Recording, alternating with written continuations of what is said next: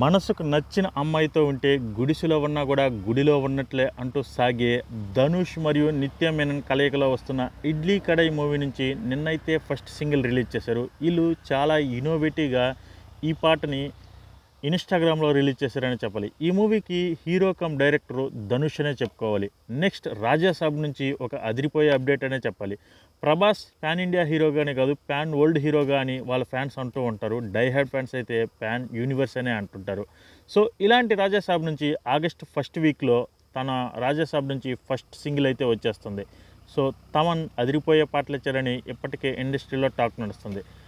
వరుణ్ సందేహ్ చాలా రోజుల తర్వాత వన్ వే టికెట్ అనే మూవీని స్టార్ట్ చేశారు. ఈ మూవీ డైరెక్టర్ వచ్చేసరికి పళనిస్వామి, హీరోయిన్ వచ్చేసరికి ఖుష్బూ చౌదరి. అలాగే అదిరే అభి డైరెక్టర్ డెబ్యూట్గా కామాఖ్య అనే మూవీని డైరెక్ట్ చేయడానికి సిద్ధమయ్యాడని చెప్పాలి. ఈ మూవీలో మెయిన్ రోల్గా సముద్రకని గారు యాక్ట్ చేస్తున్నారు.